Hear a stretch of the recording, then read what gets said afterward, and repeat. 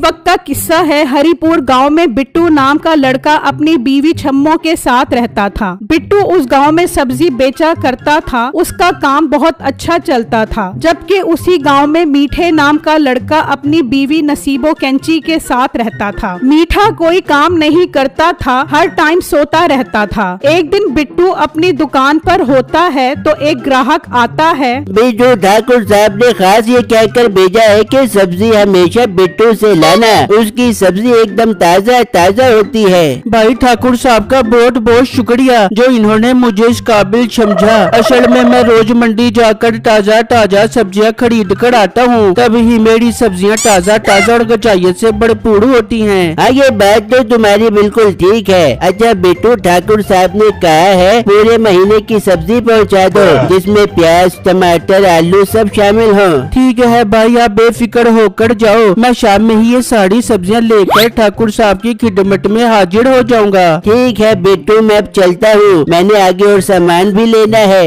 ये कहकर वो वहाँ से चला जाता है। जबकि दूसरी तरफ मीठा सो रहा होता है तो नसीबो वहाँ पर आती है। मीठे उठ जा, क्या तू हर टाइम सोता रहता है? उठ गया हूँ मोटी नाक वाली औरत, एक तो तूने मेरा सोना हराम कर दिया है, ठीक से सोने भी नहीं देती। बता क्या काम है, क्यों उठाया है मुझे? मीठे सूरज चढ़ गया, खाना बनाना है, जाके बाजार से गोश्त लेके आ जा। गोश्त का तो तू ऐसे बोल रही है जैसे तेरी अम्मा ने बकरा जहेज में दिया था। मेरे पास इतने पैसे नहीं है जो गोश्त लेकर आऊँ। मेरी तो किस्मत ही खराब है जो मेरी अम्मा ने तुझ जैसे वेले इंसान को मेरे मत्थे मार दिया। अच्छा, जाकर सब्जी लेकर आ जा। फिर मीठा घर से निकलता है और सब्जी लेने बिट्टू की दुकान पर आ जाता है। बिट्टू सुनाओ, कैसा चल रहा है तुम्हारा सब्जी का काम? मीठे भाई अल्लाह का शुक्र है, बहुत अच्छा चल रहा है। मैं अपने काम से बहुत खुश हूँ। खैर आप बताएं मीठे भाई, आपको कौन सी सब्जी चाहिए? बिट्टू 1 किलो प्याज और आधा किलो बैंगन दे दो। मीठे भाई बड़ी माजरत के 60 बैंगन तो आपको मिल जाएंगे, पर प्याज खत्म हो गई है। और मोटे पेट वाले गेंडे,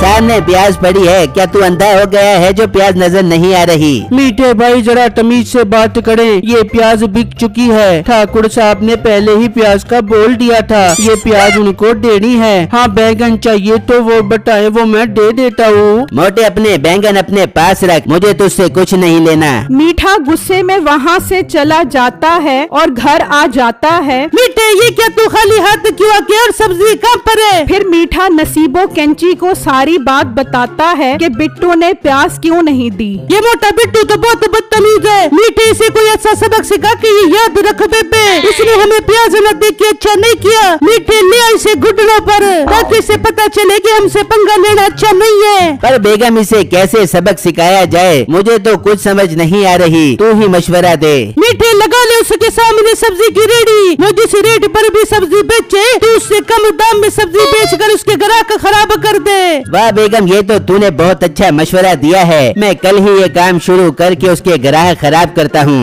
फिर शाम हो जाती है और बिट्टू सब्जी लेकर ठाकुर साहब के पास आ जाता है। ठाकुर साहब, मुझसे सब्जी खरीदने के लिए आपका बहुत बहुत शुक्रिया। बेटो, इसमें शुक्रिया अदा करने वाली कौन सी बात है? तुम्हारी सब्जियाँ ताज़ा होने के साथ साथ मुनासिब दामों में भी होती हैं, इसीलिए मैंने मुंशी को तुम्हारे पास ही जाने का बोला था। जी ठाकुर साहब, मैं सब सब्जियों वालों से अपनी सब्जी का दाम कम रखता हूँ, ताकि सब मुझसे ही सब्जियाँ खरीदने आए। इस तरह शाम तक मेरी सब्जियाँ बिक जाती हैं और फिर मैं मंडी से फ्रेश सब्जियाँ लेकर आता हूँ। वह लड़के, तुम्हारी ये बात सुनकर मैं बहुत खुश हुआ, तुम तो बहुत समझदार हो। अच्छा ये बताओ, मेरा मुंशी जो सब्जियाँ बोल कर आया था वो ले आए हो? जी ठाकुर साहब, मैं वो सब सब्जियाँ ले आया हूँ। लड़के, कितने पैसे हुए तुम्हारी सब्जियों के? फिर बिट्टू ठाकुर को पैसे बताता है। ठाकुर पैसे देता है और बिट्टू वहाँ से चला जाता है और घर आ जाता है। बिट्टू जी खैर तो थी, आज आपने ज्यादा टाइम लगा दिया घर आने में। बेगम, ठाकुर साहब ने सब्जियाँ मंगाई थी, उनको देने चला गया था, इसलिए आज 1:30 हो गई। बिट्टू फिर तो आप काफी थक गए होंगे, आप थोड़ा आराम कर ले, फिर साथ में खाना खाएंगे। फिर अगला दिन होता है तो मीठा भी अपनी सब्जी की रेड़ी बिट्टू की दुकान के सामने लगा लेता है। दो ग्राहक बिट्टू के पास आते हैं। बेटो, आलू का आज का रेट क्या है, कितने रुपए किलो दे रहे हो?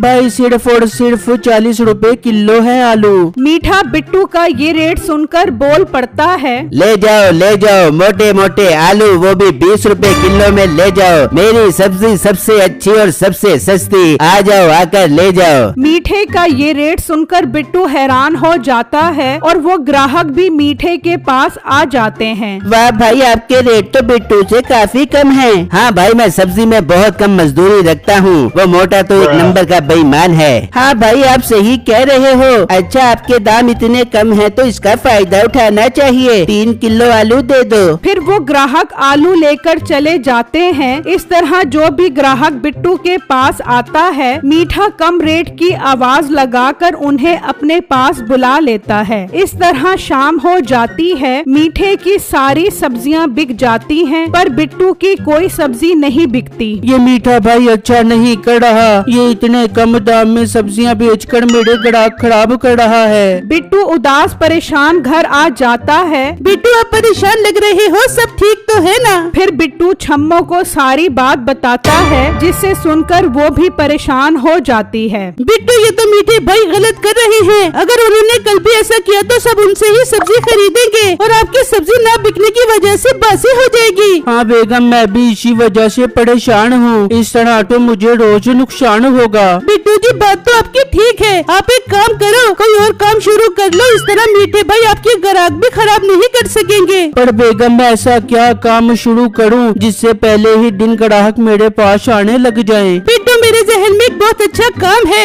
इस गांव में कोई भी बकरे का गोश्त नहीं बेचता, सब गांव वाले शहर से ही गोश्त खरीद कर आते हैं। आप गोश्त की दुकान खोल लो। बेगम, काम तो ये अच्छा है, पर ईद आने वाली है, बकरा भी तो महंगा मिलेगा। तो बिट्टू, आप ईद तक उसी रेट पर गोश्त बेचो जिस रेट पर आपको बकरा मिलता है। आप ईद तक सिर्फ ग्राहक बनाओ, जब ईद गुजर जाएगी तो बकरे का रेट भी कम मिलेगा और फिर मुनाफा होना शुरू हो जाएगा। बिट्टू को छम्मो का ये मशवरा बहुत अच्छा लगता है। दूसरी तरफ मीठा सब्जी बेचकर घर आ जाता है। थोड़ा मीठे, क्या सराज का दिन है। बेगम, सब्जियां तो सारी बिक गई, पर रेट कम करने के चक्कर में नुकसान ही हुआ है। कुछ नहीं होता मीठे, कुछ दिन नुकसान कर ले, कम से कम उस मोटे बिट्टू की अकल तो ठिकाने लग जाएगी। फिर अगला दिन होता है। बिट्टू मंडी से एक बकरा लेकर आता है और गोश्त की दुकान खोल लेता है। बिट्टू 1000 रुपए किलो गोश्त बेचता है। मुनासिब रेट देखकर ग्राहक बिट्टू के पास आना शुरू हो जाते हैं। इस मोटे ने तो गोश्त की दुकान खोलकर अच्छा किया, अब मैं सब्जियां महंगी बेचकर अच्छा मुनाफा कमाऊंगा।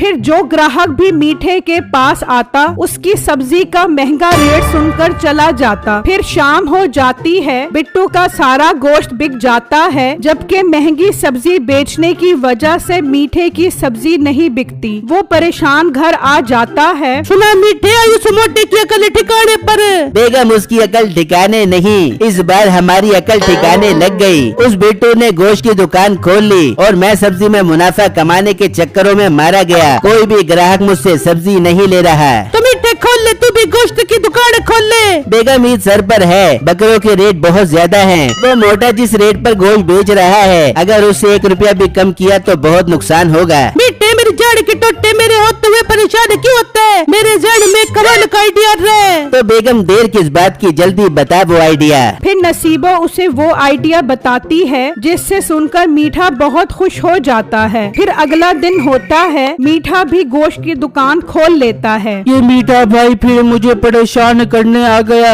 और 800 रुपए किलो गोश्त बेच रहा है। मीठे का कम रेट देखकर सब ग्राहक मीठे के पास जाने लग जाते हैं। बिट्टू परेशान ये सब देख रहा होता है। मैं 1000 रुपए किलो गोश्त बेचकर 1 रुपया नहीं कमा रहा, पर ये मीठा भाई 800 रुपए का गोश्त कैसे बेच रहा है? ये कहां से इतने सस्ते बकरे लेकर आ रहा है? बिट्टू सोच में गुम होता है। तभी मुंशी उस तरफ आता है तो देखता है बिट्टू के गोश्त का रेट 1000 रुपए और मीठे का 800 रुपए है। तो मुंशी मीठे के पास आ जाता है। भाई, तुम्हारा रेट तो बहुत मुनासिब है, तभी तुम्हारे पास आया हूँ। जी जी भाई शुक्रिया, बताएं मैं आपकी क्या खिदमत करूं। भाई ठाकुर साहब ने 20 किलो गोश्त मंगवाया है। जनाब मैं इस टाइम तो 20 किलो गोश्त नहीं दे सकता, गोश्त कम बचा है। हाँ कल मैं सुबह सुबह आपको 20 किलो गोश्त दे सकता हूँ। ठीक है, आप 20 किलो गोश्त तैयार करके रखना, मैं लेने आ जाऊंगा। ये कहकर मुंशी वहाँ से जाने लगता है। भाई मेरे पास जो आए, मैंने आपसे एक जरूरी बात करनी है। तो मुंशी आ जाता है। भाई आज आपने मुझसे गोश्त नहीं लिया।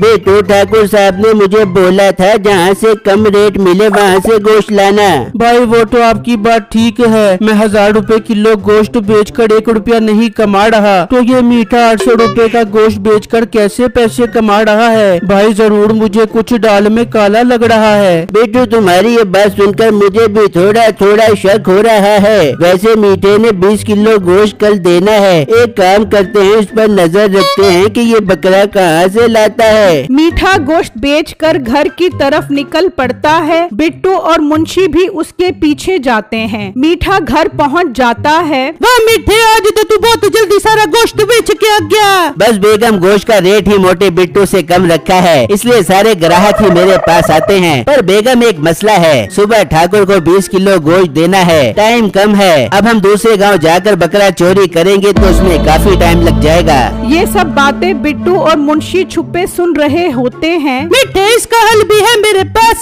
कल्लू जो लल्ला सुपारी की झुग्गी के साथ रहता है, वो रात में अपना बकरा घर के बाहर बांधता है। हम आज रात में जाके उसे चोरी करके आ जाएंगे। बिट्टू और मुंशी हैरान खड़े सब सुन रहे होते हैं। देखो भाई, मैंने कहा था ना मुझे दाल में कुछ काला लग रहा है। हाँ बिट्टू तुम ठीक बोल रहे थे, इन्हें अब हमें रंगे हाथों पकड़ना होगा। भाई हम एक काम करते हैं, ठाकुर साहब को ये सब बता देते हैं। ये जब बकरे चोरी करेगा तो ठाकुर साहब इसे अपनी आंखों से देख लेंगे। फिर बिट्टू और मुंशी वहाँ से चले जाते हैं और ठाकुर साहब को सारी बातें बताते हैं। ये सुनकर ठाकुर को बहुत गुस्सा आता है। फिर जब रात होती है, नसीबो और मीठा घर से निकलते हैं और कालू के घर पहुँच जाते हैं। वाह बेगम, तूने तो ठीक कहा था, ये बकरा तो सच में बाहर बंधा है। फिर वो बकरा लेकर वहाँ से जा रहे होते हैं तो ठाकुर गांव वालों के साथ आ जाता है। अच्छा तो मीठे तू गांव में लोगों के बकरे चोरी करके उनका गोश्त बेचता है? नहीं नहीं ठाकुर साहब, ये बकरा पेट में दर्द की वजह से बै बै बै कर रहा था, मैं इसे वॉक करवाने जा रहा था। ओ मनुष्य इंसानों, मुझे सब पता लग गया है, ये बकरा बै बै बै करे या न करे, अब तुम दोनों दर्द से हाय जरूर करोगे। फिर ठाकुर उन दोनों को उल्टा लटका देता है। ये दोनों अब जब तक यहाँ लटके रहेंगे जब तक ये अपनी हरकतों से तौबा न कर ले। और हाँ बिट्टू, अब से तुम इस गांव में गोश्त बेचा करोगे, और वो भी 1200 रुपए किलो, ताकि तुम गोश्त से कुछ मुनाफा कमा सको। ये सुनकर बिट्टू बहुत खुश हो जाता है और अगले दिन से ही 1200 रुपए किलो गोश्त बेचता है। लोग भी उससे गोश्त लेना शुरू कर देते हैं।